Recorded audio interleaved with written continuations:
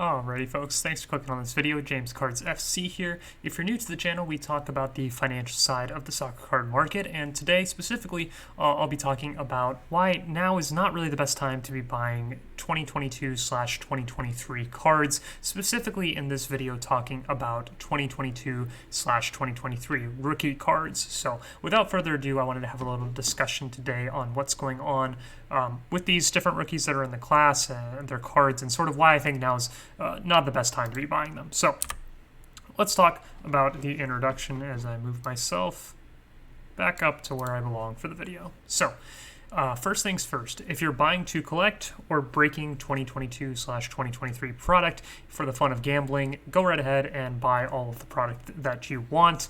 As always, this channel will be focusing on the more financial side of the soccer card market. So if you're into just collecting and you don't care about the values, or you're just breaking for the fun of gambling, this video is not going to be for you. We're going to be talking about the more financial side of the market. So second thing second, I have no crystal ball, but I do have years of experience in this market and want to share the knowledge that I've learned that I think would be beneficial. I've been wrong in the past, I'll be wrong in the future, and I could very well be wrong on my take today. Third things third, I will only be talking about rookie cards for the 2022/2023 product today. It's impossible to know which inserts and parallels could be valuable for non-rookies going into the future, but we do know that rookie season cards are super important to a player's market, so we'll be talking about only rookies today from this class. And basically the whole thing that I'll be talking about today boils down to why not buy 2022/2023 rookies right now. And the answer is timing. We're going to go through a lot of different examples as to why the timing is so poor right now, but it all comes down to timing. So let's first talk about release windows. So we're still early in the release window for 2022/2023 product, at least as of recording, which is June of 2023. So if you're watching this in September of 2023, the market landscape probably looks a lot different. But as of right now, Prism Premier League released about 2 months ago. Topps UCC paper cards came out a few weeks ago. Topps UCC is the new version of Topps Champions League. So instead of it being Champions League specific, to fit more teams and players, they're now making it open to all the UEFA competitions. So if the team made it to the Europa League or the Conference League, they can now be included in the set as well. And this is still the Topps flagship set that we all know and love. This will still be the Topps Chrome set. It's just under a different name. Instead of UCL, it'll be UCC, but it's the exact same set. Okay. With all that out of the way, Panini Select releases are also still dropping each week. They dropped one for Serie A, they dropped one for La Liga, they dropped one for Premier League. They're going to drop one, I think, in a couple weeks for international teams called Select FIFA. So all these sets are still coming out very, very soon, and as we are still moving through the summer. So we also still have a big list of products still to come out, and this list is not complete by any means. We're going to have a Topps Chrome UCC, we're going to have Topps Chrome UCC Sapphire, Topps Chrome UCC Merlin, and possibly a paper version of that Merlin set as well. Topps Chrome UCC Stadium Club, and possibly a paper version of that set as well. Topps Dynasty, I don't know if we're getting that for the first time this year or next year, but either for 2022/2023 or 2023/2024, we'll be getting our first Topps Dynasty set for the Champions League or for UCC. This will be a super high-end set that they do for baseball. Fanatics has announced they're bringing it to soccer, so keep your eyes out for that one. I'm sure it'll be one of the most talked about high-end sets whenever it does release.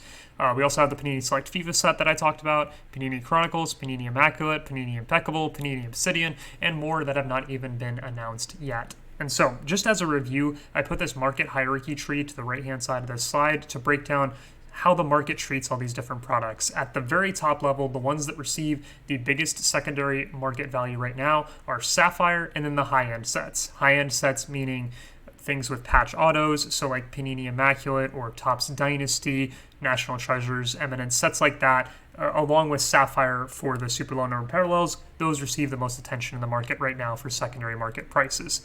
Then in the tier below that, you have the Chrome sets, whether that be Topps Chrome Merlin, Topps Chrome Stadium Club. The Chrome sets are in that second tier, along with all the selects, all the prisms, and then things like Panini Obsidian I would put in this tier as well, Panini Chronicles in this tier as well. And then below all of that, at the very bottom tier in terms of the market hierarchy and the respect they receive on the secondary market, you have the paper sets. So, for example, Topps UCC has a first edition paper set. They have a base edition paper set. They have a Jade edition paper set.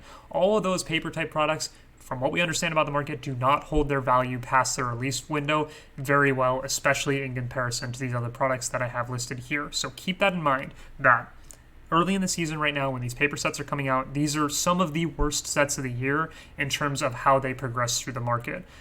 Once Chrome comes out, people will ditch the paper cards and move to Chrome. Once Sapphire comes out, people ditch the Chrome base and they go to Sapphire. And this keeps happening and happening until everything has been released, and then this market hierarchy sort of works itself out over the next few years. So keep this in mind. We're still early in the release window, and we have a lot more premium products that are going to be coming out that will continue to drive prices away from the sets that are already out right now. Then we also have to go over checklist uncertainty. So one of the most important factors that can impact prices of rookie cards is just how many sets the player is featured in. I talk about this countless times on this channel because it is one of the basic fundamentals of what makes the modern market for rookie cards go. How many sets are they in and how many rookie card options they have plays directly into how expensive those cards can get in the short term. So since we're so early in the 2022/23 product release window, it's difficult to know how many sets a player's rookie cards will be included in. Based on history, we know that any player in the Topps UCC paper set will likely be in every UCC set released for the product year. So this means the following players are in that Topps UCC paper set, and they'll have an insane number of rookie card options most likely because they'll be in every single set throughout the year that Topps releases. And these will be players like Julian Alvarez, and he's also in 2022 World Cup Prism, so he has even more rookies than all these guys. Julian Alvarez will have so many rookies, people will not know what to do with them. Carvalho, Jamie Bino Gittins, Alejandro Garnacho, Mikhailo Mudryk, Warren Zaire-Emery, Enzo Fernandez, pretty much all the top rookies that people are going to be chasing, and probably the guys that you're looking at as possible investments are going to have so many rookie cards that it's going to be hard, especially for the paper ones, to hold their value in the long run because there's just going to be so many options that are out there. And as I say here in the final point, understand it will be difficult for the prices of these players' cards to increase dramatically, especially in the short term, just due to the supply end of the supply and demand equation. When a lot of demand comes and there's a lot of supply to meet it, prices don't really move. When a lot of demand comes and there's not a lot of supply to meet it, that's when the price can really sort of explode. And when you look at guys like this, if you go from Alvarez, Carvalho, Gittins, pick any of these super popular guys, they're going to have so many rookie cards that it's going to be very, very difficult for their prices to explode over a short period of time just because there's going to be so many options for them out there. Alrighty, then we'll move into FOMO fees and the Raebiger effect. So as these prospect cards hit the market, there will be massive FOMO, or fear of missing out, as people put expectations on players with less than 10 matches of top-flight football. So, on Topps Chrome release week of this past year, 2022, someone paid $14,000 for the Sidney Raebiger Superfractor 1 of 1. Raebiger would go on to transfer to a second division Bundesliga club in 2022/2023 and play a total of 18 minutes on the season. The Superfractor is maybe now worth $1,000, and that's a big maybe. I think it's probably worth even less, but that's just an example of somebody that got caught up in the hype of this guy, Sidney Raebiger, who had played, I think, one match at the top flight Bundesliga level, and they decided to go all in on this 17-year-old that nobody ever saw play, and they flopped.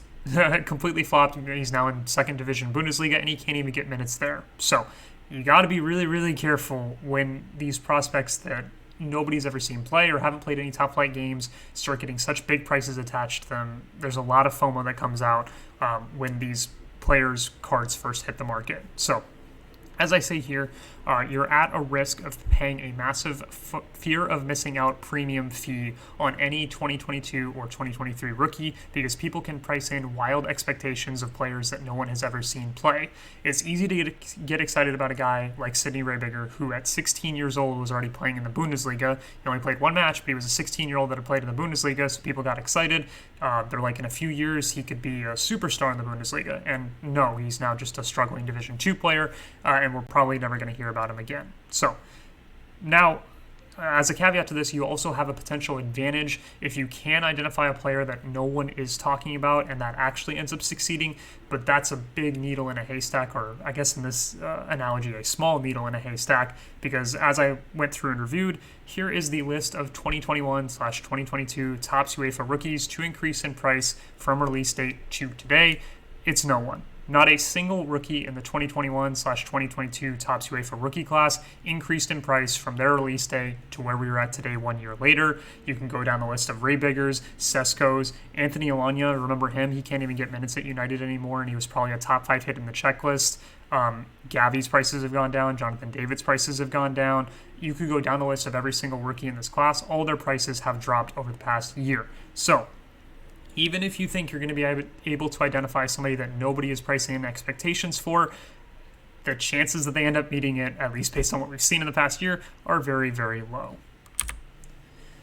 And with that, I'll move into the possible exceptions to the rules I'm talking about today. So exception number 1 would be if you have the foresight to know if a player is going to be in very few products and you specifically target the limited options that they have. Possible examples of guys like this would be Ramses Højlund, Kvicha, Nicholas Jackson. These are guys that are currently only in a select checklist.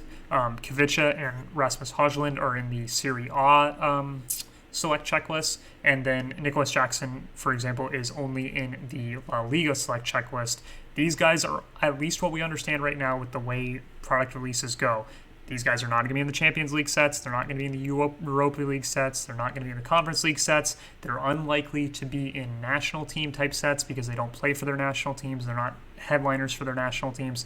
Maybe Højlund sneaks in or something like that. But apart from that, it just looks like it's shaping up to have these guys be in very, very few sets. And so these might be good options for guys to target because the less rookie cards they have, the more valuable the ones they do have could end up being in the future. And I plan on doing a video to discuss some of these guys that might be on checklist or very few checklists that might be worth targeting in the future. And so those are 3 names. I'll probably go through a bunch more, but those are possible guys that might be in very, very few rookie sets, especially compared to guys like Garnacho that are going to be in every single one. So that's exception number 1.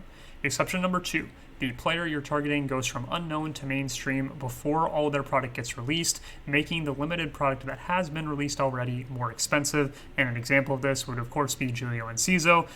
Despite the fact that there's still going to be more Premier League product that comes out throughout the year, he exploded pretty much right after Panini Prizm Premier League came out, and so his prices were fairly low on release, and now they're fairly expensive because he's become one of the shining stars for young guys in the Premier League.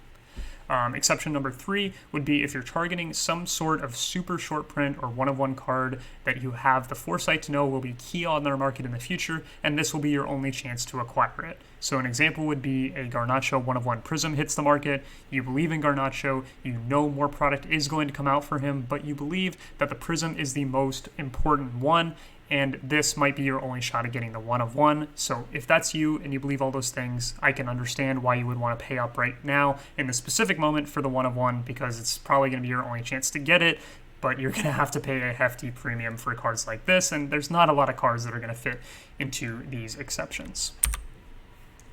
And with all that out of the way, we'll move into the conclusion, which says that with very few exceptions, many of the rookie cards of the 2022/2023 rookie class are currently at the most expensive price points they will ever be. Products like Topps UCC paper do not hold their value well when the more premium releases hit the shelves in the next few months, and it's a dangerous time to be buying those types of cards. Again, when Topps Chrome comes out, people will shift off of Topps UCC paper and move into Topps Chrome. When Topps Chrome Sapphire comes out, people will shift off of Topps Chrome and move on to Topps Chrome Sapphire. It's just a natural progression of the market for this rookie class, and we'll continue to see this happen throughout the year. With so many unreleased products, it's hard to know just how many rookie cards each player will have, and this, as I've explained before, has a dramatic effect on their prices in the future. The less sets that they're in, the better. The James Cards FC play for the 2022/2023 product as of June 2023. So as of right now, my thoughts are to research the rookie class, get an idea of which players are out there, who's done things at different levels, what their stats are, all that sort of stuff. Start researching the rookie class. Try to pinpoint which players will be in a limited number of checklists. So you're looking for guys that play for more obscure clubs that won't get into any of the Topps checklists. Maybe they only appear in one Topps and one Panini set. That's pretty much the sweet spot you're looking for. So you're trying to find players that fit that description. And then if you're looking for guys in the flagship set, I'm going to be waiting on the premium releases for anyone that I like in the flagship Topps class. Specifically, I'll be waiting for Sapphire, but there are guys that are in the flagship checklist that I do like a lot. but I don't think it makes any sense right now to be targeting their paper cards or even their Chrome cards when they first come out. I'm just going to keep waiting until the more premium products come out later in the year that tend to hold better value. And then, of course, try not to FOMO. Don't get caught up in who everybody's talking about chasing and placing a bunch of expectations on. Just wait it out, wait for all the products to release, and then figure out what you want to do based on the information and the research that you've done. So, with all that out of the way, I thank you guys so much for watching today's video. Don't forget to like, comment, subscribe, all that fun stuff, and I will see you guys in a new video real soon.